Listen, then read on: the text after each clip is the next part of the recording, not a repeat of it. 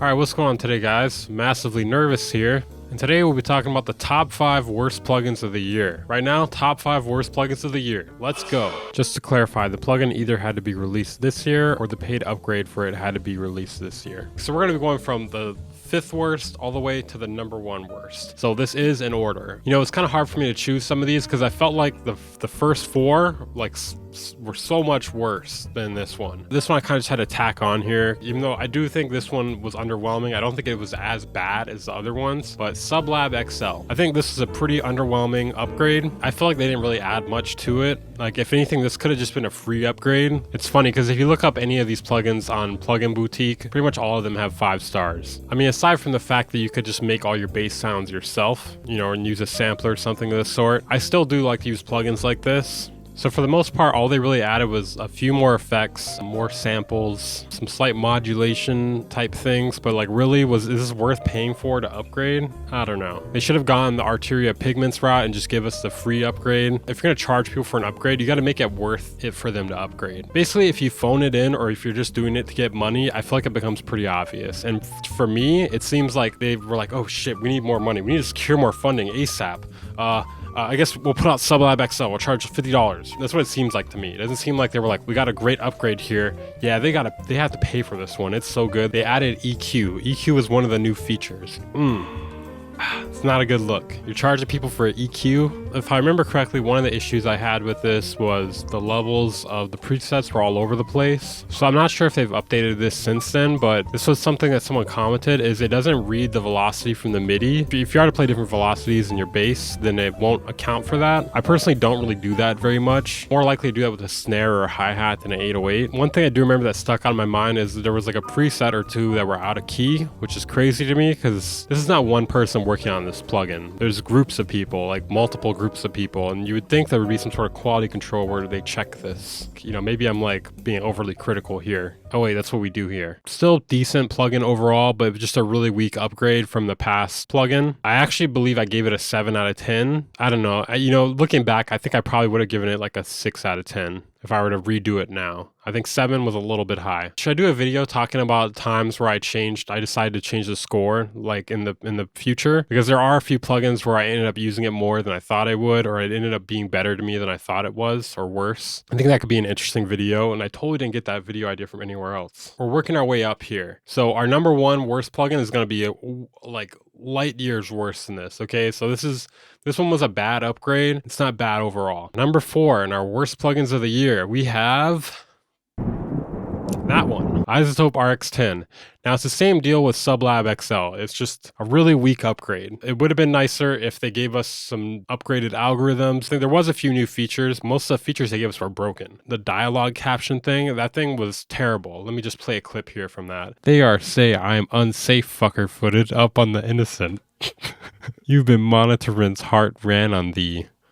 Very. I love this clip because it's just like, it got nothing right. It got absolutely nothing right. Now, that being said, iZotope RX10 is overall still a really good plugin suite, or whatever you want to call it. But I just think the upgrade itself was really weak. There are much better acapella algorithms out there. Like RX10 is so far behind with that. I'm not sure why they haven't implemented the Demux algorithm yet. They're still using the splitter algorithm. You can just go to websites and get a free vocal separation that sounds much better than what you can do in RX10. So you might as well just stick with RX9 in my opinion. Oh yeah, and the spectral recovery tool is ass. Every time I've ever used it, it just made the sound file completely worse. Okay, now we're getting into the really bad plugins here, okay? So if you thought those two were bad, now Unison audio stuff is going to be on here every time. And the main reason for that is generally either really pricey or really awful. Sometimes it's both in the case of the MIDI wizard. But number 3, Unison Audio Sound Doctor. The doctor's in the house and he's gonna fucking poison you. Ethical things aside here, the fact that I think, well, I guess it's not aside, I'm gonna mention it anyways. I mean, the fact that it's trying to mix things for you, it's just a really bad thing for beginners. It's better to just know what you're doing and to actually do it.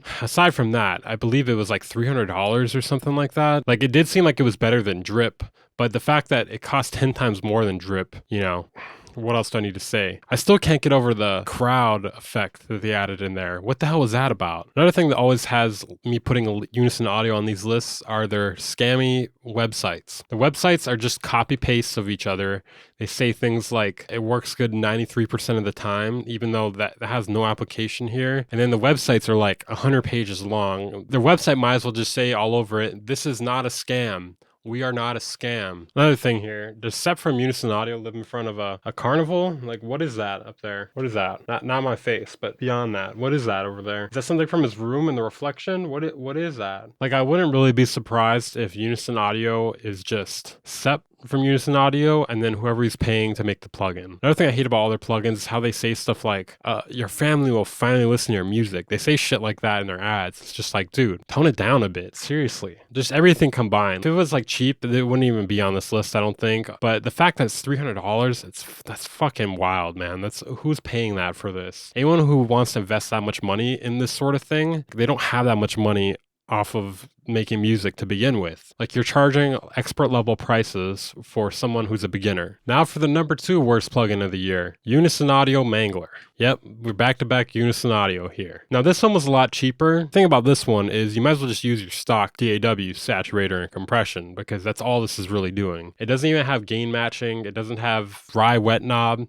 There's so many things wrong with this. The only thing that was good about it was that it was cheap. The only problem with it is it's so cheap, it doesn't have basic features that you should have in something like this. The only other positive to this is there's like a knockoff Gengar. There's a knockoff Gengar on it. Like, it's fine to do YouTube marketing. It's fine to pay people to promote your product. For some reason though, they find lots of inexperienced people. I'm not sure if that's the only people that will work with them. They're often people like not knowing that they need to give disclosure when being paid to promote a product. Like, there's someone who actually got paid by them to do a review, and I'm not sure if they told him to do a review, but he did a review. He took the money for it, and it doesn't say in there that he took the money for it. I'm not going to put him on blast because he doesn't have very many subscribers. I think he was just starting YouTube, but that just gives an example of like what kind of things they do. And to be honest, all the YouTubers, especially the bigger YouTubers that shill Unison Audio stuff, I got like not that my respect matters or anything, but I got no respect for those people personally. One that I will call out, just because he has a lot of subscribers, is Tatro.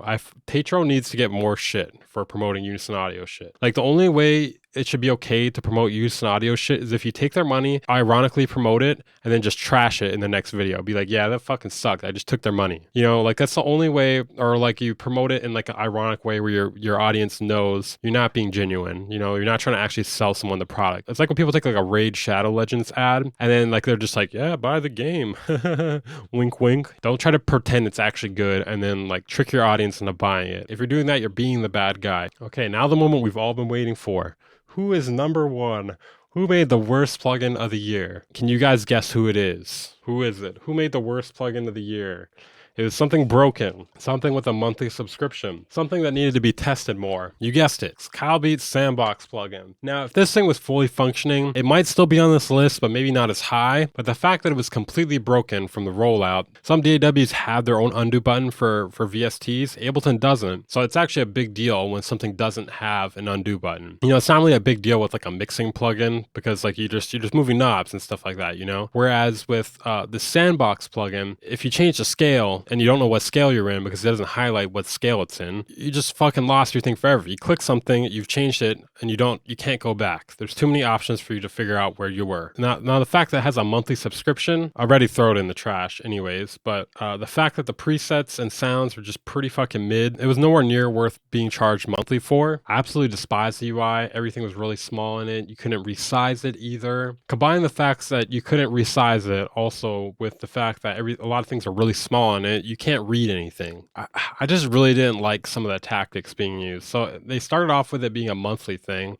and then just randomly in the comments, in the replies to someone else's comment, Kyle Beats just wrote 1,000 likes and I'll make it so you can buy it outright. And it's just like, dude, you should be setting this up beforehand. You can't just be charging people monthly and then being like, you know what, maybe we'll charge for the full price also. And the replies to someone's comment. You can't just fucking change your mind like that. You know, there's nothing wrong with being ambitious, but the thing is, if you're going to be this ambitious, you need more than one plugin designer, you know? You need to spend a lot more money on designing the plugin and less money on flying out people to come test it out and make a video for you. You need to have like tooltips or a manual or something. There was no manual. You know, there was some mouse over functionality here and there, but there were some places places where it's just like, what the fuck is this? And there's no mouse over functionality. Now, this wouldn't be a big issue if there was only like 5 knobs or whatever. The thing is, there's like hundreds of buttons and knobs on this thing. So you're literally going to spend all day trying to figure out how this fucking thing works, especially since there's no goddamn manual. Now, let's tack on the fact that it was constantly crashing. It was bugging my Ableton files. Like, I had one of my files where it just literally would not open afterwards because of that plugin. And it's something I've never seen before. It gave my computer super aids. On top of that, there's actually an alternative for this,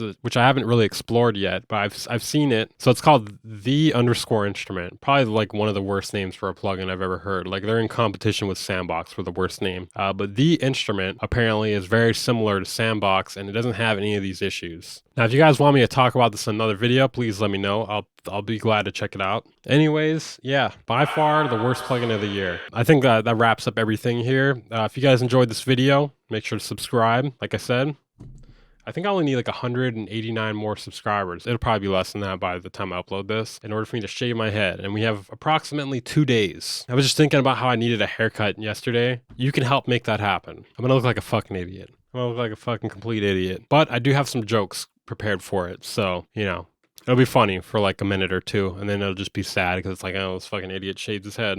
He looks dumb. I'll see you guys in the next video. Yes, the Unison audio sounding doctor. It's painful. It's fucking painful.